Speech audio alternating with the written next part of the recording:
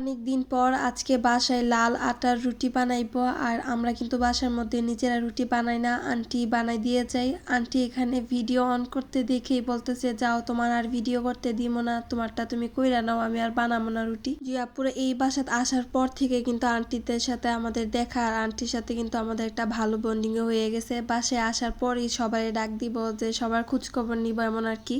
আর আজকে কিন্তু বাসায় রুটি দিয়ে খাওয়ার জন্য আলু ভাজি করতেছিল গাজর দিয়ে। আমার কিন্তু রুটি দিয়ে আলু ভাজি বেশি পছন্দ ডালের থেকে। আর এদিকে আমি গরম পানি করতেছিলাম, আমার সকালে যে ড্রিঙ্কসটা বানাই ওইটার জন্য গরম পানি লাগবে। এটা কিন্তু আমি প্রতিদিনই খাই। এর আগে একটা ভিডিওতে বলছিলাম যে আমি এটার ফুল রেসিপি দিয়ে দিছি, কিন্তু আমি দেই নাই। আমার পরে মনে হয়েছে আমি তো দেই নাই। লাল আটার রুটি আমার একদমই পছন্দ না, কিন্তু স্বাস্থ্যের পক্ষে লাল আটার রুটি কিন্তু অনেক ভালো, তাই খাই। আর রুটি তো সকালবেলা একটা খাই, একটাতে আর কি বা হইব।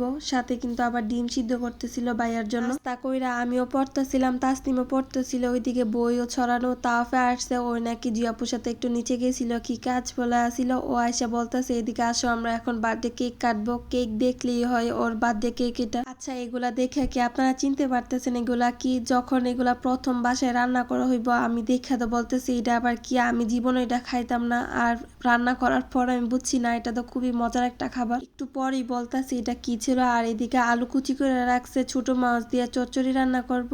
করলা কাটছি আমি আজকে, কিন্তু একদম খালি করলা ভাজবো। এই মাছটি কি মাছ আমি জানি না, দেখা মনে হয় মলায়া মাছের মতো, কিন্তু আমার বোনে কি যেন একটা নাম বলছিল, আমার মনে নাই। আর এদিকে আমি করলা যে কাটছিলাম এগুলো এখন লবণ দেওয়া কিছুক্ষণ মাখায় রাখা দিব। আমরা করলা রান্না করার সময় সবসময় করলাগুলো এইভাবে লবণ দেওয়া ধুইয়া নেই, কারণ এতে যে তিতাটা থাকে ওই তিতাটা যাইব গা। আর এই তো আমার কিন্তু আজকে রান্নার কোনো ভিডিও আমি নিতে পারি নাই, আমার অ্যাসাইনমেন্ট রয়েছিল, তো আমি সারাদিন ওই অ্যাসাইনমেন্টই কমপ্লিট করতেছিলাম। আজকে মাছের চচ্চড়িটা একটু অন্যরকম ভাবে রান্না করছে, সবসময় খালি টমেটো দিয়ে রান্না করে, আজকে আবার চিকন করে আলু পয়লা দিছিল। আর এই তো সেই মাছগুলা, এগুলা মাছ বললে ভুল হইব, ওই যে চিংড়ি মাছ আছে না, চিংড়ি মাছের যে পায়ের ভিতর শ্বাস থাকে যে, এটি হচ্ছে গিয়ে ওইগুলা। শীতের দিন আসলে বাসায় ধনিয়া পাতা, কাঁচা মরিচ, লেবু এই তিনটা জিনিস না থাকলে মনে হয় ঘরে খালি খালি, সবজি মনে কিছুই নাই। আর এদিকে জুয়াপু আজকে লেবু আনছে, তারপরে ধনে পাতা সবকিছুই নিয়ে আসছিল, সাথে আবার মিষ্টি কুমড়া শাক আনছে। এই কয়টা শাকের দামই নাকি 40 টাকা।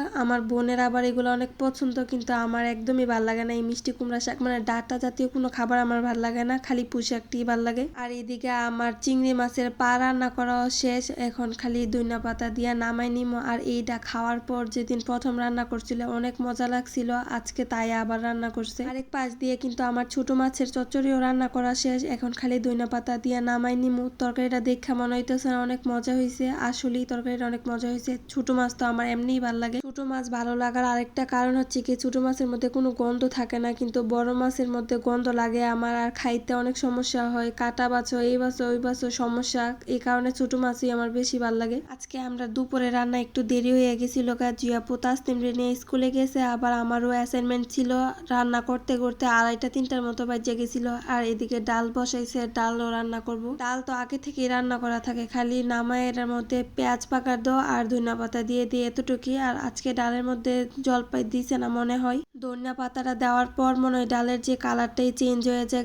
আমি কিন্তু ডাল আমার এত পছন্দ না, কিন্তু শীতের দিন যে ডাল রান্না করা হয় জলপাই, তারপর হচ্ছে কি বিলেবু আর ধনিয়া পাতা দিয়ে, এই ডালটা কিন্তু খাইতে মজাই লাগে। রান্না যেহেতু একটু দেরি হয়ে গেছিল, আমার এত ক্ষুধা লাগছে, আমি ভাবতেছিলাম কোন সময় রান্না হইব আর কোন সময় খামো। আর করলা ভাজি বসাইছে, এখন করলা ভাজিটা রান্না হইলেই রান্না শেষ হয়ে যাইব। আমার আলু দিয়া করলা ভাজির থেকে বেশি খালি যে একটা ভাজি করে হলুদ টলুদ ছাড়া একদম খালি, ওই ভাজিটাই বেশি মজা লাগে। আর এই তো রান্না শেষ, এখন আমি খাইতে বসছি। এখন যে প্লেটটা দেখতেছেন না, এটা হচ্ছে কি তাওয়াফের প্লেট। খাওয়ার আগে তাওয়াফের সব খাবার এইভাবে সুন্দর করে সাজাই দেওয়া হয়, আর বাচ্চাদের কিন্তু খাবার সাজাই দিলে ওরা কিন্তু একটু আনন্দ পায়। খাবারের মধ্যে যদি লেবু আর কাঁচামরিচ যদি থাকে, তাইলে আমার খাবারের স্বাদ মনে আরো বেশি বাইরে যায়। যাই হোক, প্রথমে আমি করলা ভাজি দিয়ে খাইছি, তারপর হচ্ছে কি চিংড়ি মাছের পানি ছিলাম। প্রত্যেকটা খাবারই খুব মজা হয়েছিল, আমার সব থেকে বেশি করলা ভাজিটাই মজা লাগছে। আমি খাইতে নিছি, এদিকে মারও আসছে, ওই কিন্তু খাবার খায় না, খালি একবার মুখে জিনিসে আর একবারও নেয় নাই।